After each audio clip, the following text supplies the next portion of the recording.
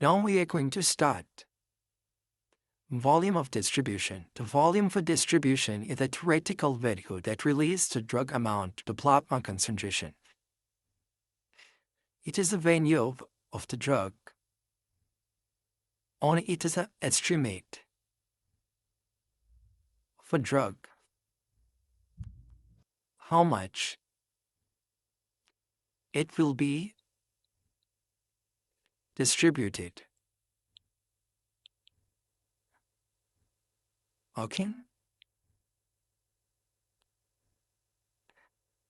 For that, I will want to make an example for you guys. For example, these are 1 gram of some molecules, and this is a 1 liter of fluid.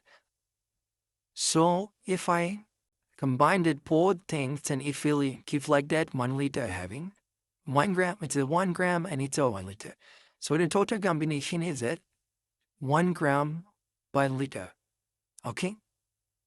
So again, I take 1 gram dose, and there's some fluid, but I did not know it's an unknown quantity, okay? Unknown volume. And when I found, after mixing that, I come with same results, 1 gram per liter. So I will make an assumption that if I am getting the results 1 gram per liter, then this fluid should be or will be 1 liter. Fine? Understand? And again telling, in the volume and distribution, we did not know how much the volume the body having. We know the amount of administration, and after administration, we can calculate how much into plate. So by this trick, we can identify the volume of the distribution. Okay? By this of a formula, the volume of distribution, it will indicate you might have VD, and first we have the right amount of drug in the body that you are injecting, for example, is 1 gram, 1 mg, and the plasma drug conservation is 1 gram per liter. What is the volume and distribution? When we divide it, both the thing, it will be 1 liter. Understood? So we will move forward. It's a simple and theoretical value, it's not an actual value. And secondly, the volume of distribution is a used for determining the dosage. For example, effective drug. For make a drug more effective, we need the dose of 10 mg per liter. And the volume of distribution is 10 liter. Okay? Then how much dose we will need?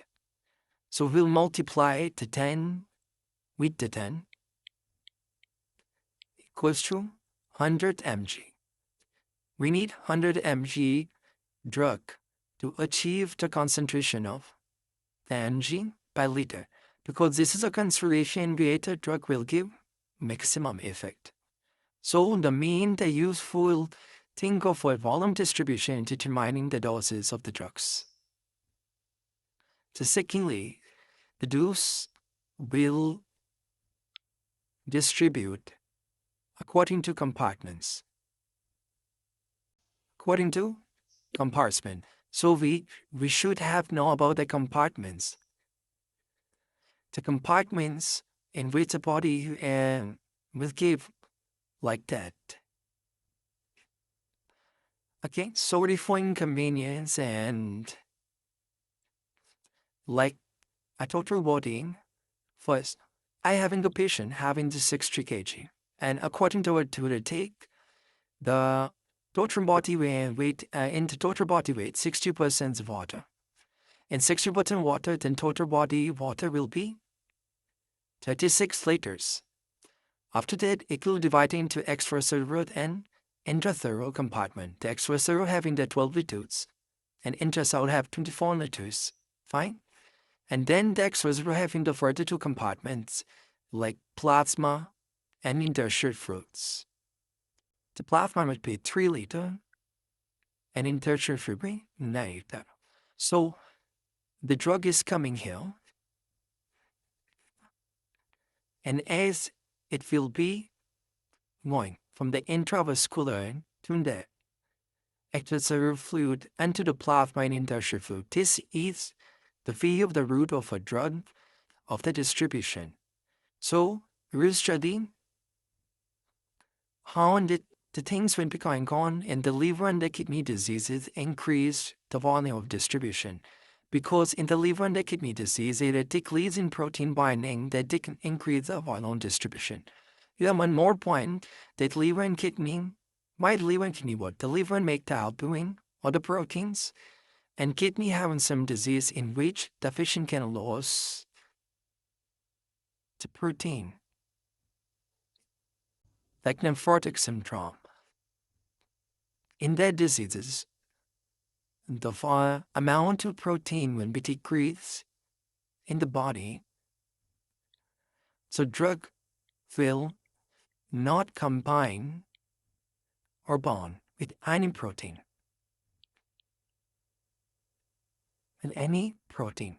So there will be high concentration of a drug that is free. Okay, as much as the drug is free, the volume of distribution will be higher. The drug may be distributed in more than one compartment, nonetheless, the more effective for the drug with a low volume of distribution. I've elaborated this part first, like how the drug can be distributed in more than one compartment, what properties are needed for all the things.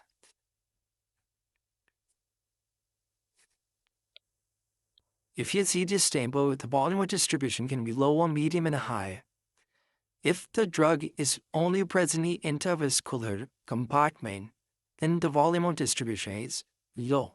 And when it is happening, when the drug having the large and charged molecules and it is binding with the plasma proteins. And if the volume distribution is medium, then drug can be going to extracellular compartment from intravascular compartment, and it is due to the small hydrophilic molecules. And if a drug having a high volume of distribution, then it also going to tissues and the fats. And it is due to the small lipophilic molecules of a drug, especially if bound to tissue proteins. And especially if the drugs are distributed to vascular compartment, will be decreased, will be less volume of distribution, they will be large, charged molecules, and often they will bind with proteins. For instance, warfarin having the volume distribution equal to 9.8 liters, drug that accumulate in the tissues having the very high variant volume distribution due to the small lipophilic molecules, and they are especially bound with the tissue proteins, and often uneven distribution body like chloroquinines having the highest volume distribution about 13,000 liters. Like they will be if you found and chloroquinine in the intravascular compartment, your volume distribution will find way less amount in their intravascular, but it will be very high in the interstitial fluids and tissue compartment of fats. And secondly, if we talk about the protein bindings, already we are saying here again about the plasma protein binding. Tissue protein mitochondrial spine to plasma protein, UV albumin, and this may hold them in a vascular space. Therefore, they have a lower volume of distribution. And this is all about the volume of distribution. If we summarize that volume of distribution, then it is a theoretical value that make an estimate how much the drug is distributed to the compartment of the bodies, and in the liver or kidney diseases. In liver and kidney disease, the volume of distribution would be increased because less production of protein and less amount of protein binding with the drugs, and the volume distribution would be increased. And secondly, if a drug having the high volume of distribution, then it's lipophilic, having a small molecules, and it is going to tissues and fats. If having very low, way less volume of distribution, then it is in the intravascular compartment, and drug having the large charged molecules and they are binding with the plasma proteins. Find it all about the volume of distribution.